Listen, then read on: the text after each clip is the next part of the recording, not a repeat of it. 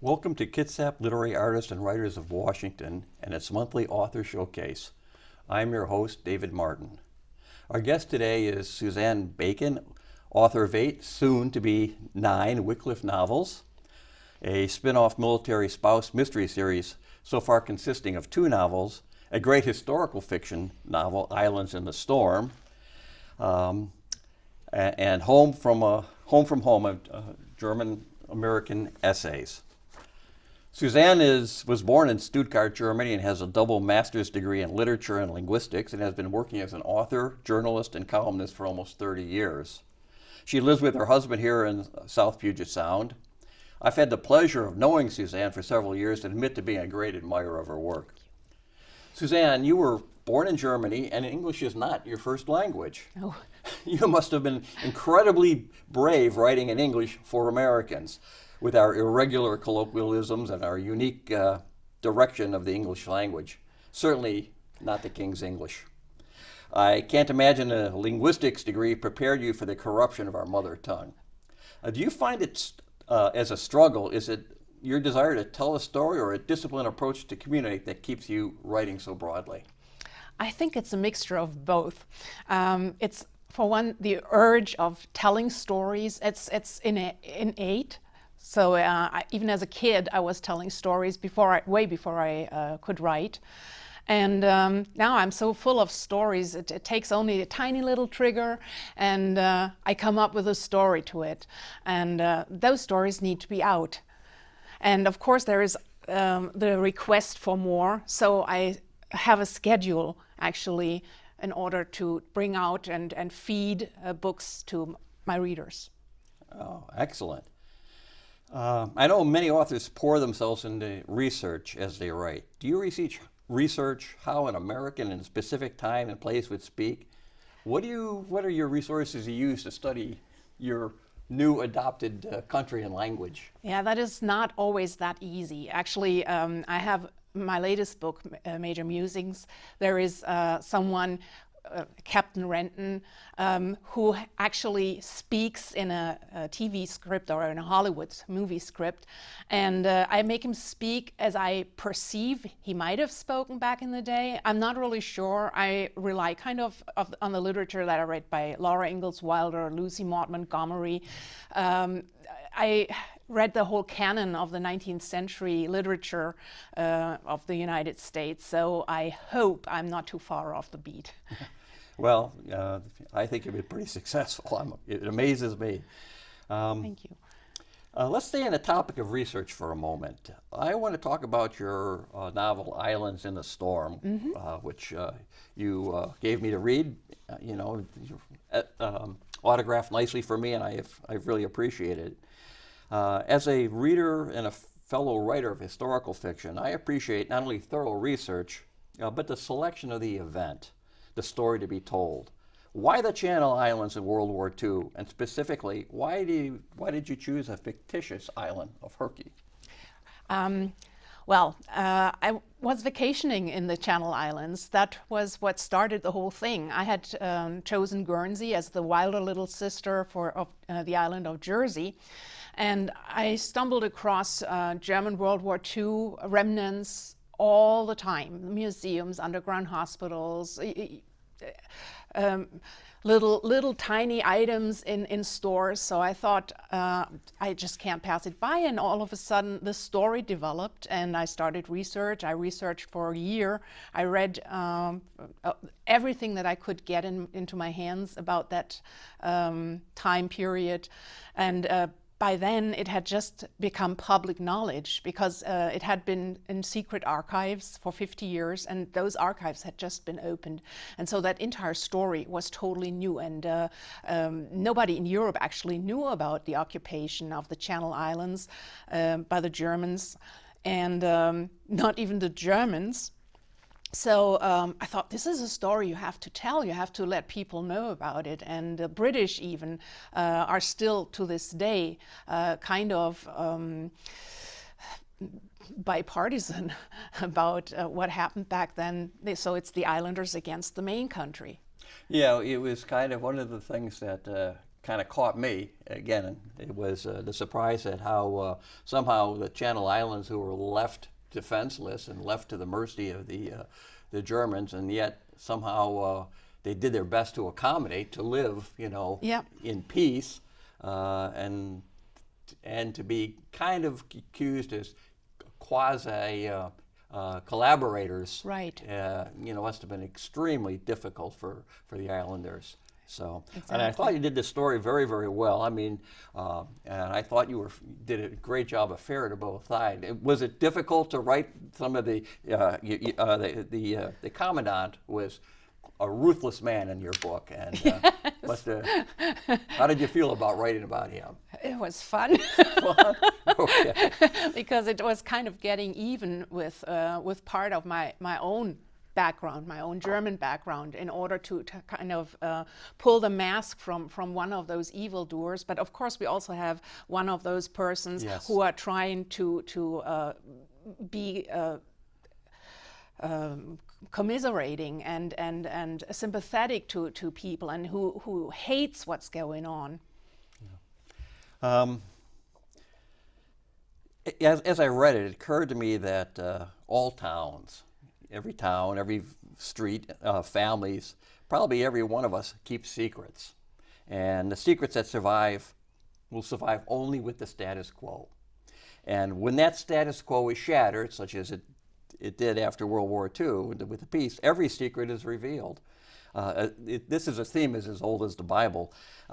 You've made history a mystery, and that was made reading this story so fun, because it was a mystery, and you unfolded and you opened it, peeling back the onion to the secrets of the people and the impacts to the current. Was this a plot device, or was it a theme of your work? It was kind of almost a given, because the history itself was hidden in the archives, and I thought, okay, if it was hidden in the archives, anything could be hidden until the archives were opened. And yes, it is a device, and of course, to be this mystery story, but also it is a parallel to what really happened, something that was just shut up because it was so embarrassing. Yeah, and it's something that I guess it's a truth that strikes us as we read. Every reader is bound to shift unwelcome questions to their own secrets to the writer whose words chafe at them. Your hero is a writer and an outsider. It certainly kind of points to you. How much of your own experience, and you don't need to name any of them, found their way into the mouths of your characters in Herky? First of all, my main protagonist is a gallerist. So she only becomes, or is about to become, a writer at the end of the book, because she has promised someone to write a book about the story if he reveals the mystery. Well, the trip to Guernsey was obviously something that I experienced, and Herks was just the island that I invented, because my history, of course, never happened. So I didn't want anybody to think that it was a real part of the history of Guernsey or Jersey or anywhere. So I made up this dog bone-shaped island, and could place anybody there within the historical background.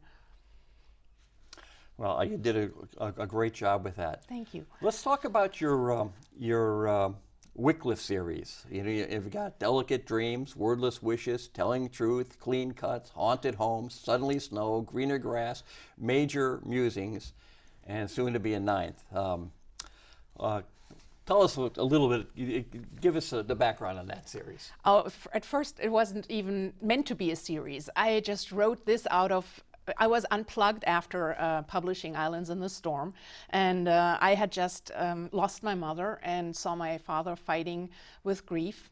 And I thought, what would happen if I as a military spouse over here suddenly lost my husband over here? And that was the trigger. And I'd also gathered some experience in a German deli over in Lakewood. So I thought, why not put these two things together? A widow trying to find her new purpose in a town that she just moved into, and become part of the community. So each and every one of the books has a specific item, a specific topic that it deals with, and it has a specific business or a philosophy behind it. And they're all loosely interconnected by the town of Wycliffe, and all the characters start recurring in other books. And the latest one is called Rutty Roads, and Rutty Roads is about people who are setting out in life with great dreams and come to the fork of the road and experience difficulties and have to deal with those. Tell us about this village of Wycliffe. What's it like? What's the undercurrent going on there? I fell in love with Port Townsend when I was there for the first time. Now, I didn't know what it is to live in Port Townsend. I only knew Steilacoom and Lakewood. So I thought I have to use some place where I know the vibe of, and so I basically transferred Port Townsend somewhere in between Olympia and Seattle, and had my own town grid. Of course, it had to be mirrored, is that the right term? Because it's the sundown would be over the Olympic Mountains, and the shadows, the afternoon shadows are falling differently, and everything, such little things have to be considered. And by the time I'm here with Rutty Roads, this town has a grid of its own. So it's not Port Townsend anymore. It's just a very faint memory of it. And your essays. Tell us a little about your essays. Now that's very different. You know, you're stepping away from fiction and getting in basically into opinion. That's what essays are. Tell me about some of the essays. Yeah, this is actually also something that grew naturally, because you can imagine how many people ask me questions about Germany, and still do.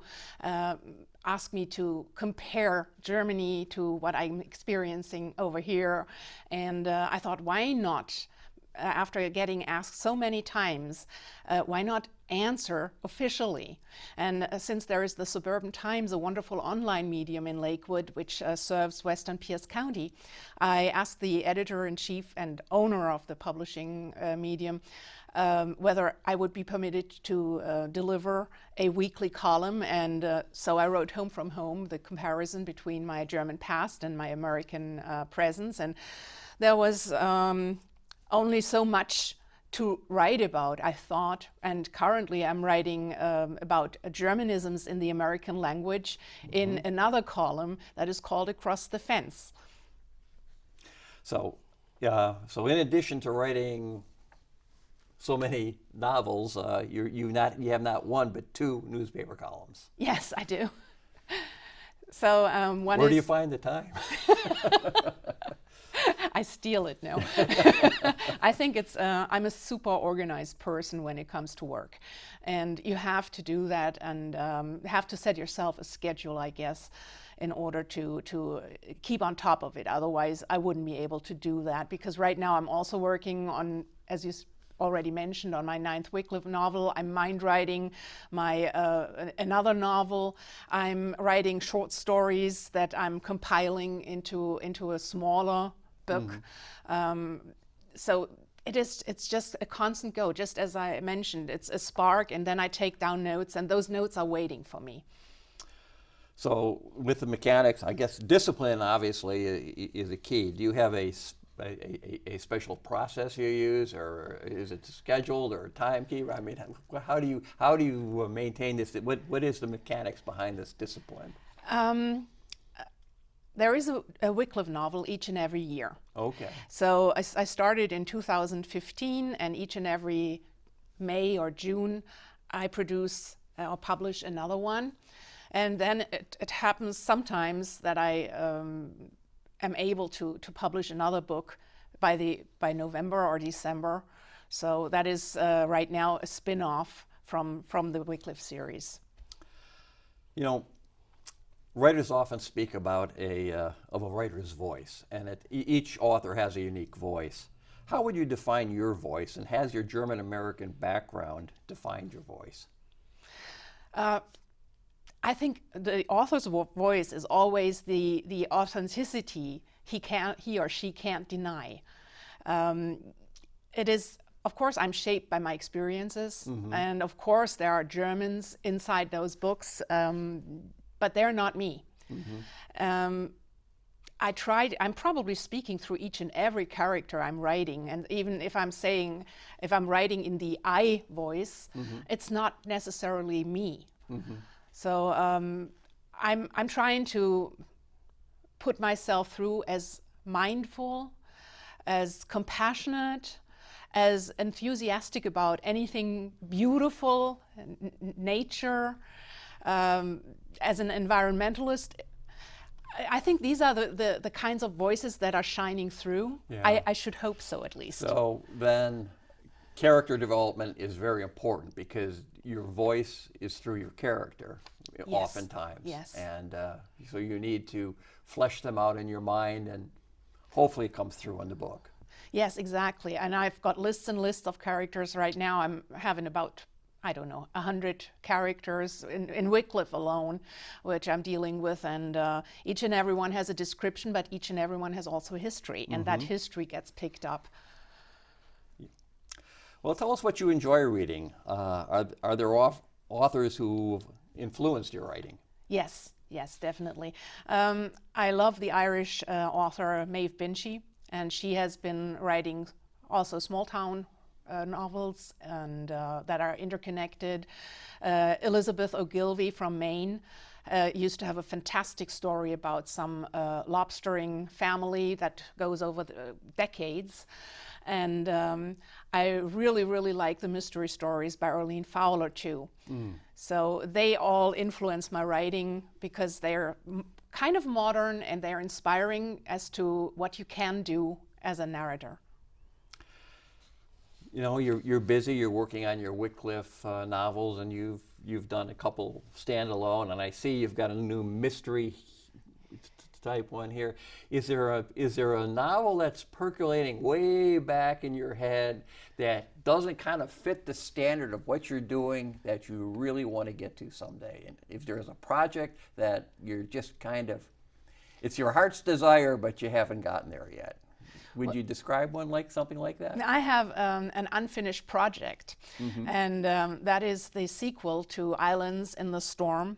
That should be a trilogy, actually, and I just hope that one day I will sit down again and have the time and the courage to write the second and the third book and finish this the entire story out, because the protagonist is not yet done. Ah, okay. Yes, because I did notice the way you wrapped up not only the mysteries, but with the people doing the investigation, and you took it right up to the story. So it's very interesting to be able to carry on with another follow-on book when the character's already there. Yeah. But I like that the protagonist isn't done. Yeah, very good. I would look forward to that. That is one of the reasons why I never write the end under my stories, because I always think there is no end. The end is always the beginning for something else. That's correct. Yeah. What about any more standalone novels? Any more historical fiction or? Currently, I don't really have a plan. I'm really involved with those 2 series that I'm writing, and I'm probably, and this might be a shock to some, I'm probably wrapping the Wycliffe series up sometime in the next couple of years, and dedicate myself more to the mystery series. That doesn't mean that I leave romance all alone, because I'm already pondering on some other, but only standalone books. Leaving romance, just my aside, who lives without romance? What life is there without romance? How can you ignore romance? I mean, even a war story. I mean, it's got to be there. It's true. I appreciate that. Let's see. Okay. One other thing, and we've talked about this earlier. One of the nice little things that you do in the end of each of your Wycliffe stories is to give some recipes. And I know from your website you're a great cook. Any thoughts of doing more of a cookbook? Oh, heavens to Betsy, no. Cooking is, to me, a thing of the soul, not of precision necessarily. So only if I'm trying out new recipes do I stick to a recipe. Otherwise, I'm just cooking with my taste and my nose, and try to make an individual dish each time. So when you decided to put the recipes at the end of each of your Wycliffe novels, that was just, hey, I have this passion, and well, you know, food is a part of everyday life too, and it can't be ignored. And I don't see how you can ignore it in a novel. Well, my characters have to eat, so sometimes they bring up a recipe, and maybe somebody wants to know how does she do it. And the very first one was actually a total hit. There is a potato soup, a German potato soup recipe in there, and it happens to have stirred people to tears because it reminded them of their German childhood. I've mentioned this to you. My mother was German, and all those German foods that I would miss, because you know it's hard to find good German food in this area. But we'll leave that for another discussion. There are people who are way better in writing recipes than I am. Okay.